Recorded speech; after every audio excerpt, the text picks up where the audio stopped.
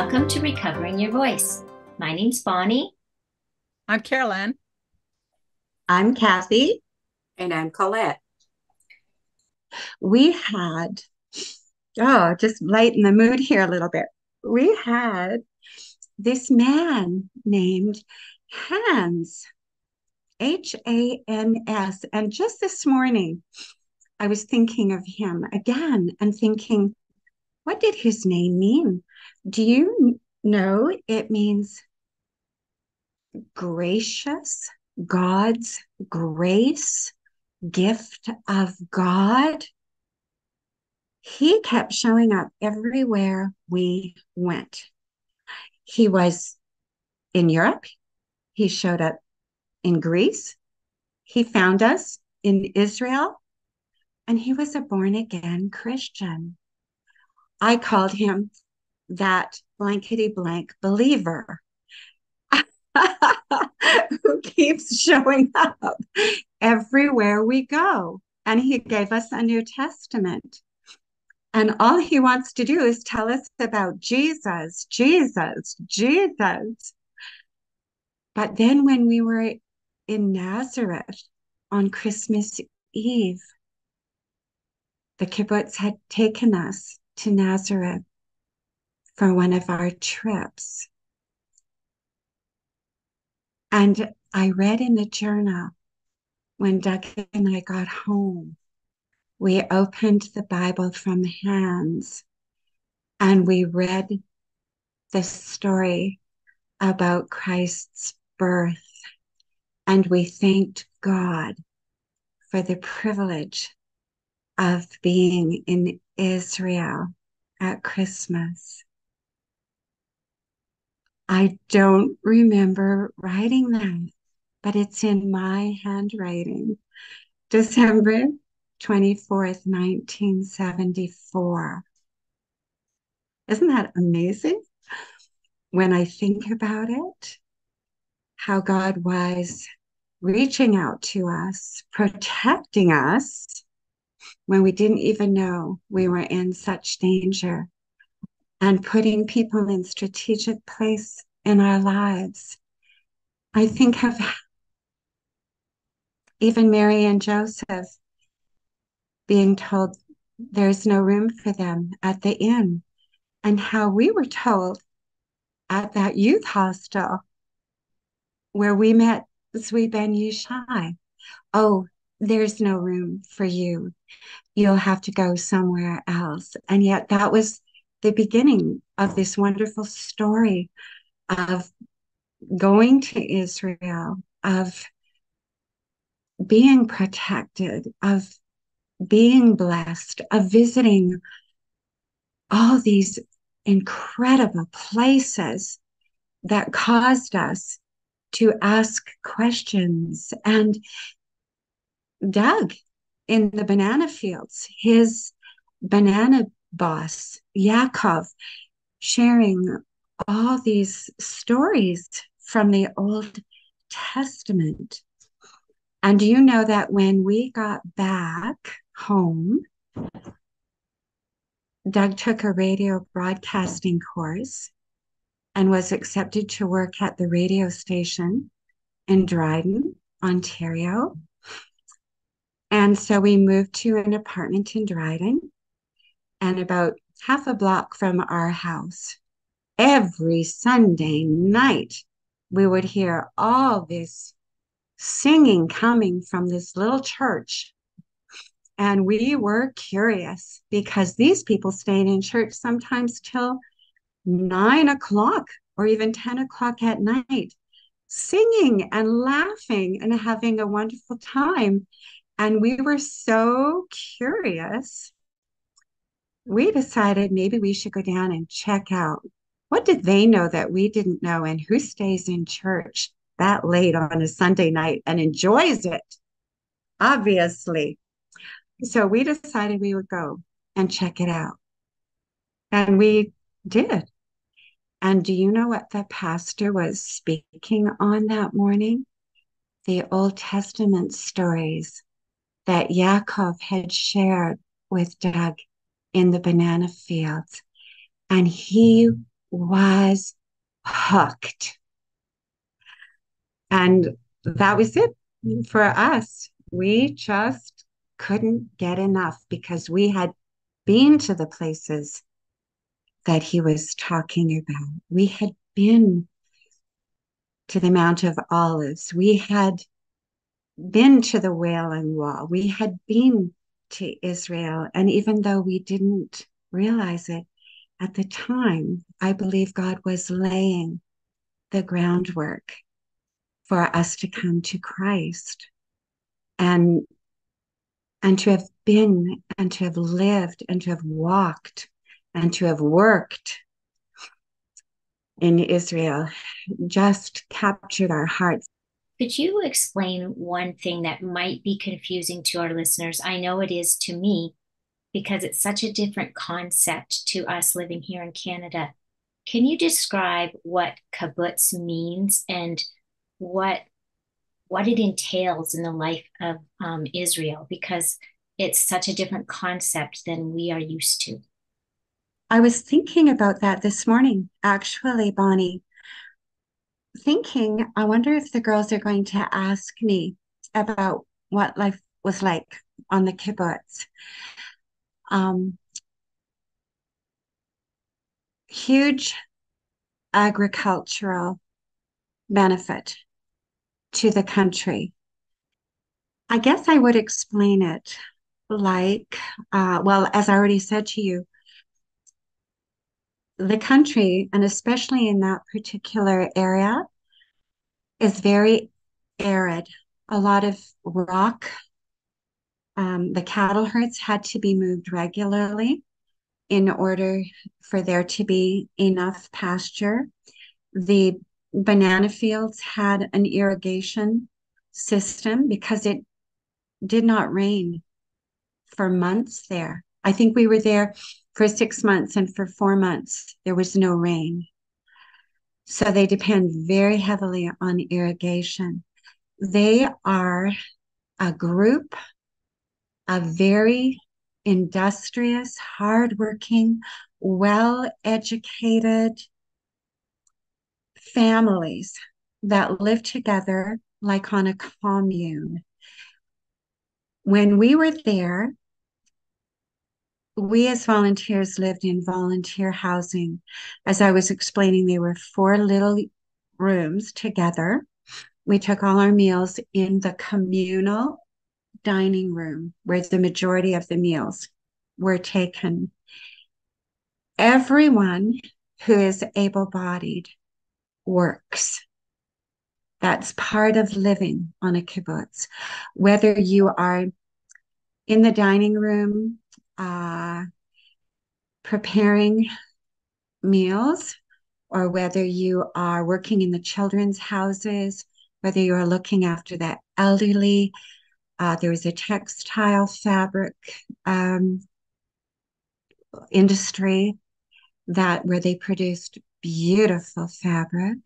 So in our little commune, our little kibbutz of maybe 50 families at the most, 20 volunteers, and we had 50 OPAN. OPAN is a program for Jewish people who want their children to experience life in Israel and on a kibbutz. They come to Israel for, I think it's 6 months. They work 4 hours a day and they study 4 hours a day on the Hebrew language and Jewish culture and the stories from the Torah, right? And we had the privilege of working with some of them out in the fields, but they have just half a day of work. We worked anywhere from 8 to 12 hours a day. We visited every day for coffee in the homes of the kibbutzniks. So we were very familiar with their lives as kibbutzniks. They had identical houses. but they could fix them up according to their culture because they were Jewish people who had come back from all over the world who wanted to return to the homeland. Some of them were born there, but we met people from all over the world of Jewish heritage who came back to work on the kibbutz. And they made decisions together on what was best for them and their families. So I guess you could compare it to condo living and having condo board. They had a kibbutz board, right? And everyone had the same.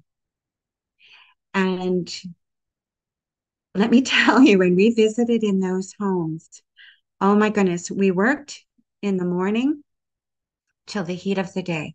It got very, very hot. If you were out in the fields, oh my goodness. And meals were taken out to the fields. I worked doing that as well, preparing meals ahead of time for what they called the field kitchens. And they were delivered out to the field kitchens. So no time is wasted coming back to the main dining room. You eat in the fields and you work hard, harvesting oranges, grapefruit, avocado, bananas, and I'm talking huge. I think they're originally from Australia. The oranges, probably know as the Jaffa oranges, where the grapefruit and the oranges are grafted together.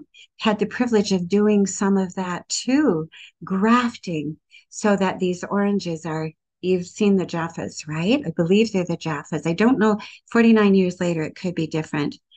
But Doug in the bananas would literally go backwards towards the banana plant along with the kibbutzniks, right? The healthy, strong ones. And the worker would go up the ladder, cut the stem. The huge bunch of bananas would come down on their backs and they would load them onto wagons. And they grew enough bananas where they never should have been able to grow to export. The same with the oranges. Those huge oranges that you see so often were grown on the kibbutz, on the agricultural kibbutz, right? But we had all of these fruits, all of these bananas, the textiles, the turkeys would come in day old, weighing between 1 and 2 ounces. And they were fed this processed turkey poop and other things to make a really good feed. Carla, you probably would get this having worked in agricultural or studying in agricultural college. A lot of their digestive system doesn't digest all of the nutrients out. So they developed this recipe whereby they worked together with the Arab people, and then we brought it back, fed it to the cows that shouldn't have been able to live there either. And I should say that Doug and I spent hours with the animals. Go figure. They had the most amazing cross between an Arab and a mountain pony because they were herding cattle in rocks, literally. And if they hadn't worked too hard that morning, Doug and I had the privilege of being able to take them out when we were supposed to be sleeping in the afternoon. If it was a cooler day, we would go riding and sometimes for hours. Loved those little horses. In fact, my favorite little horse, the little gray mare, who's very similar to the little gray mare that I have now that I think of it. Her name was Elite. And they bred these horses as well. And she had a beautiful baby that they named Kathie after I was gone, which I felt very, very honored that they would do that for me. So we had cattle, turkeys, all these beautiful fruit fields, textiles, and all the best was exported. So it was a huge source of income for Israel. And when we went for coffee, so we worked until it got really hot, and then we were supposed to sleep and then go for coffee at 5 to 5:30 in the afternoon as the temperature is starting, or is supposed to be starting to cool off.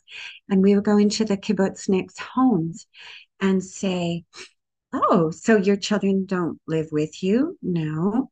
We decided it's safer for the children to live and be taught." It's kind of like a boarding school situation, but every day for 3 hours, faithfully, faithfully, it's the highlight of their day.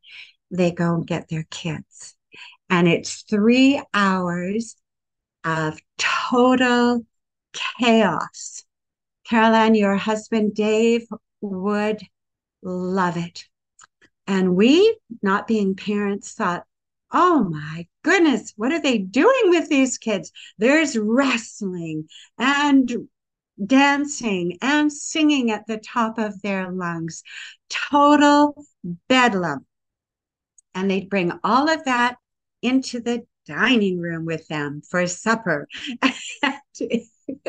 You have soldiers who are exhausted, who are doing patrol duty all around the kibbutz, who just want to come in and have a quiet supper. And then on the other side, complete chaos, kids everywhere, and so much joy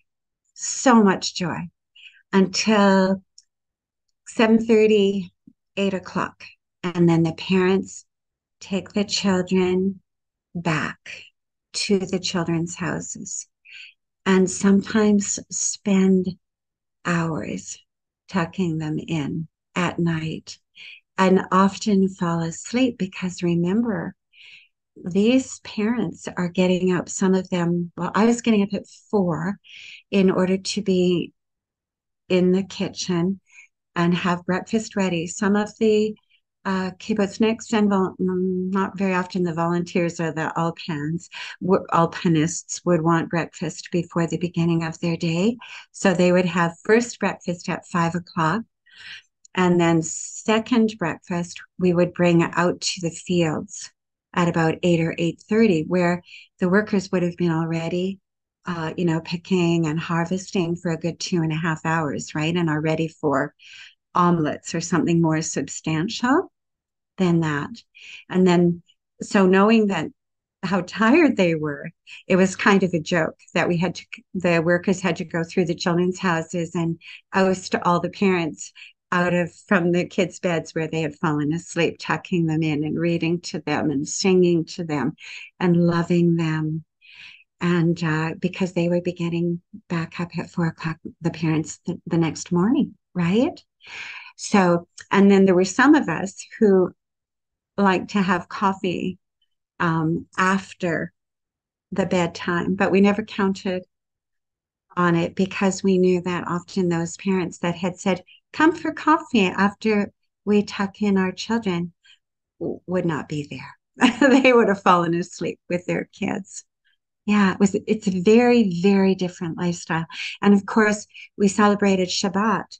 So our meals consisted mostly of, we had a lot of gefilte fish, which is like pickled fish, like pickled herring, which I loved, and a lot of cheese, mostly goat's cheese, because lots of goats in such an arid country. A lot of fruit, of course, and vegetables. But for Shabbat, we had real meat, like real chicken, and sometimes beef, but not very often. And Doug didn't care for the diet much. He ate a lot of bread and jam and an occasional bit of peanut butter if his mom would send it to him. There was a lot of food that the kids or people from different cultures would share with us, like Marmite and Vegemite and that kind of thing. But Shabbat, we had always, always meat and always a bottle of red wine and a bottle of white wine for Shabbat. And then, of course, that there beans, loads of beans, because you could put them in a slow cooker and they could cook so that nobody had to be cooking on the Sabbath. Mhm. I know that one of the major discussions that the kibbutzniks were having at the time when we were there were two very important things. Some of the parents were wanting to have their children in their houses, like right living with them, and so they would need to add bedrooms, right? Because they had a kitchen, dining, living open, one bedroom, and a bathroom. All the laundry was done in a main laundry facility. Their kitchen that they had was just a little kitchenette because they were expected to be in the dining room for main meals. That's when any meetings, different things were always held in the dining room. And they knew that the majority of the people would be coming in to have their meals there. So their little houses didn't have full kitchens. It was just little kitchenette. And there was discussions taking place about whether or not each of their houses should have a television. Because if you wanted to watch TV, you had to go to what was their old dining room. It was set up like a party room. And we did have parties there.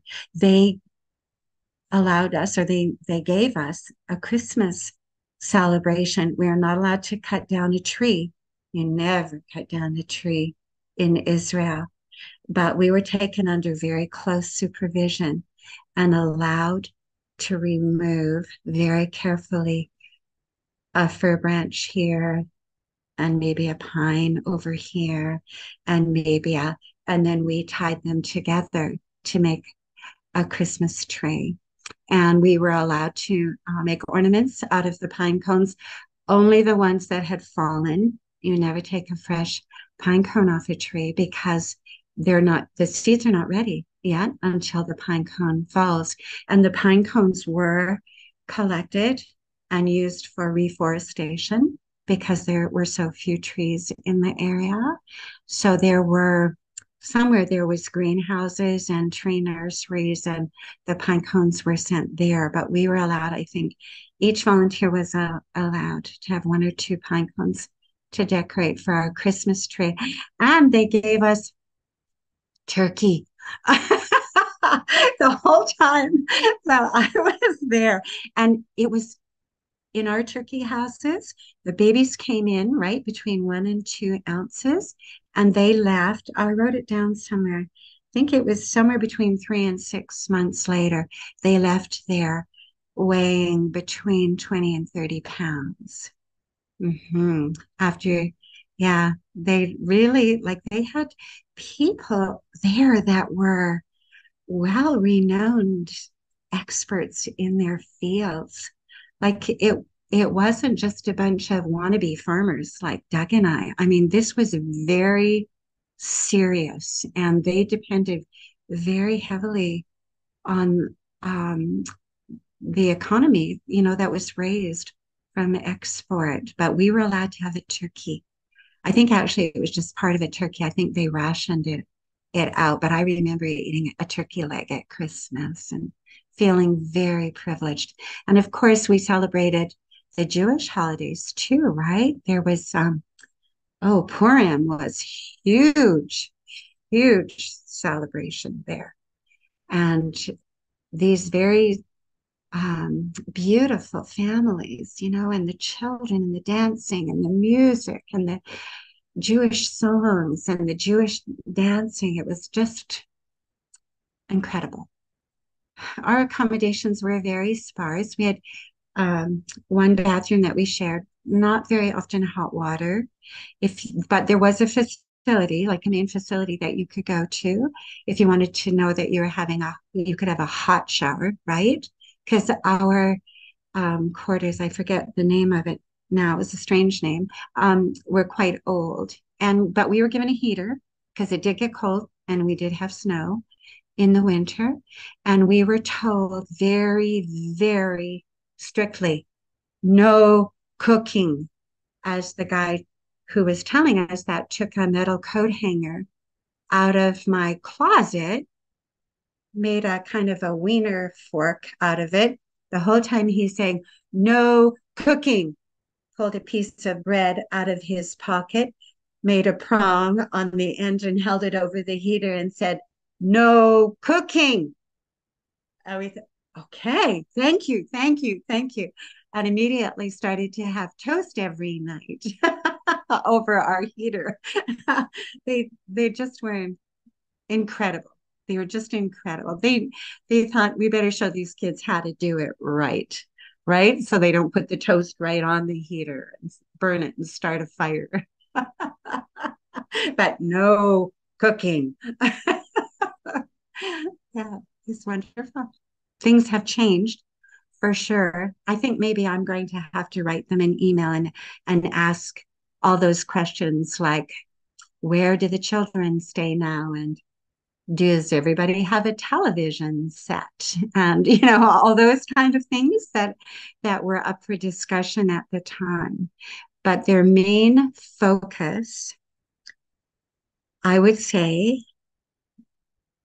was that their children were safe. And that was the big discussion. They really, prided themselves on the care of their children and how they grew up to be such responsible citizens of Israel, and gave so much to protect their country. Mm-hmm. From where Doug and I rode horses, what's called the ring road all around the kibbutz, we were down low, right, on this ring road. And then there was like a series of hills just alongside there.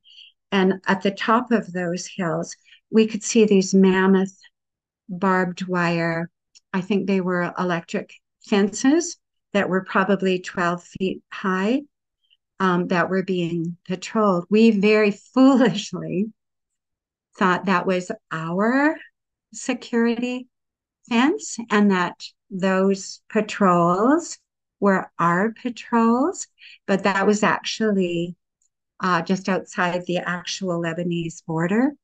That's how close we were. So there was this element of being on guard, but not to the point that it hindered our lifestyle, except they never took any chances going, say, to Jerusalem or going places where there had been any kind of infiltration or unrest at all, right? So we could make these plans, and the kibbutz would make these plans for us as part of a thank you for being a volunteer. We were promised food, shelter, cigarettes, coupons for the gift store where we could get cookies. Doug and I ate a lot of cookies. They were surprised in how many cookies we could eat. They couldn't believe it in the little hadarachol. Oh, there's a Hebrew term for you, which means, I think, a little gift store or where you could go and get treats. We would go in and with our coupons and buy cookies. But they also had promised us that we would have regular outings to different tourist kind of sites, right? So a number of times they would have to be canceled even at the last minute if there was any unrest. When I think about it, there was only one time that we experienced some fear. And that was when we had gone to bed and we heard machine gun fire and grenade blasts very, very close to the kibbutz. And we jumped out of bed and everybody in their pajamas. And it's actually quite funny when I think about it. They had olive trees on the kibbutz surrounding the dining room. Beautiful old olive trees. And you know what? The Arab people used to come and lay tablecloths under the olive trees all around. And then the little children from these families would climb up into these great, big, beautiful, old olive trees. In fact, when they built the kibbutz, they kind of called it their own Mount of Olives. And they built the dining room and the kitchen in such a way that none of the olive trees were damaged in any way. And they are so old and they still bear fruit. I believe there's an olive tree on the Mount of Olives that they figure is over 2,000 years old and it still bears fruit. I don't think the kibbutz's olive trees were that old, but they still bore fruit. And the little Arab children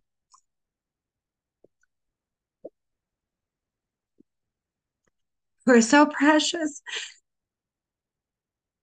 would climb up and shake the branches, and the olives would fall down into the tablecloths, and the Arab families that came would collect all the olives, and then they would spread out the tablecloths and make a picnic for all of us with the food that they brought in Thanksgiving. And that's what I want for Israel today, that all sides would be able to sit down in safety under these beautiful olive trees, like the tree of life, right, Colette? Together and fellowship and feast. And the children would all play together. And I didn't speak the language. I just watched the young moms from the kibbutz speaking with the families from the Arab communities. What appeared to me to be such a beautiful picture of God's people, all shapes and sizes and colors, and not even being able to speak each other's language, but picnicking together and the children playing together, and soldiers coming along and laying down their arms and feasting. It was just so beautiful. That's my heart's cry for the situation. Anyways, with the grenade and the machine guns, early in the morning, in the dark, I couldn't help but laugh because people were running in their pajamas and in their house coats and their slippers with their machine guns to the dining room, because that was the main gathering place. And if need be, we could all go down into this radio controlled bunker. It was a radio controlled base under the dining room that was also bomb proofed, right? With supplies always there. I was concerned because I didn't see any children, and my heart was always with the kids. But the kids, of course, were in the bunkers under the children's houses, and the seniors were taken there as well. Anyone who was incapacitated in any way, but anyone else was expected to report for duty. And you know what? That was like a fire drill. That was one of their fire drills. They didn't tell anybody because they wanted to make sure that everyone was always prepared and ready. And when we lived in volunteer quarters, there was a guard. When we heard all the noise and we went running out to see what was going on, there was a guard right there that just gave us this signal and told us, come. And I remember wanting to run back and get my journal. And he absolutely forbid me to go. And I remember crying and trying to explain to him how important it was. And we weren't allowed to go back for anything. We had to go immediately to the dining room. And then they explained that it was like a fire drill. Yeah, an emergency fire drill. to make sure. And you know what? We were all there and everybody accounted for within minutes. It was incredible. So I shouldn't have been surprised then when it seemed that the peace talks were falling apart, that the entire kibbutz with army vehicles, full ammunition, all these kids in full army gear, ready to go to the front lines, which was basically our kibbutz. Yeah. I mean, we didn't stay for, I think it was just I think we might have been there for 2 more months after that. And then my poor mother probably convinced me to come home. Kathie, thank you for taking it out of my head and putting it in my heart. Yes, I've been praying, but praying with maybe more of my mind than my heart. When you shared this story, it opened up my heart to these people. And I so see the value of when God said, tell it to your children and your children and your children. Maybe if we would talk to each other and tell each other our stories. Yes. Then there wouldn't be the them against us. They'd be the common ground of coming together and knowing I love my family like you love your family, you know? And they do say in a hostage situation, the first thing you do is to become a person and find the common ground. And maybe if we did that, there'd be less fighting. So thank you for that. And I believe this is going to do that. I believe your sharing has already started doing that. So thank you. Oh, I pray. That's my prayer, Colette. Thank you. Thank you for causing me to go back and relive this year in my book with a magnifying glass so I can see. Yeah, it's been wonderful. It's been tearing my heart out too at the same time. But I have faces, right? I remember faces. These people are not just statistics.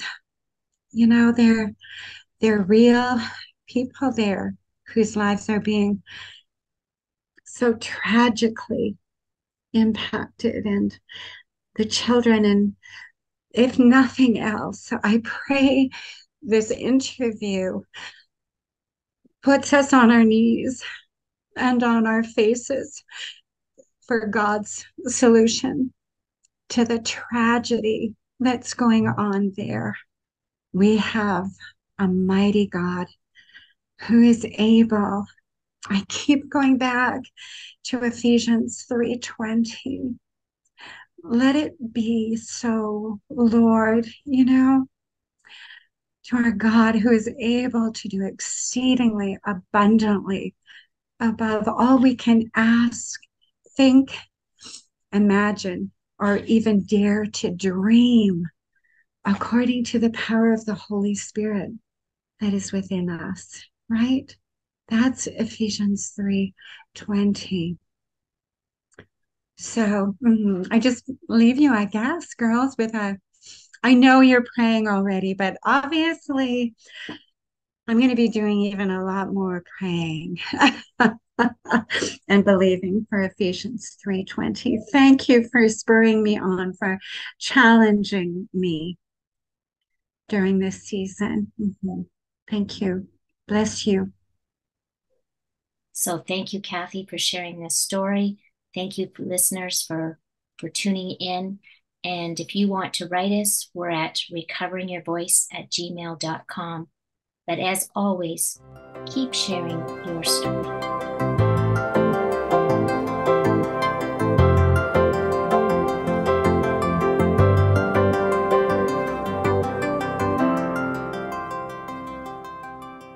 Oh, dear. I didn't realize I was going to get so emotional about this, but it was such a privilege to be there. It was such an honor. Let's pray, because his heart is absolutely the picnic under the olive tree with the Arab children and the Israeli children playing together. the world yells at us enough. We need people to speak love with their voice. And that's Kathie's voice, is very much speaking love. Yes, it's this big hardcover, weighs about 5 pounds, traveled in our backpacks all over Europe.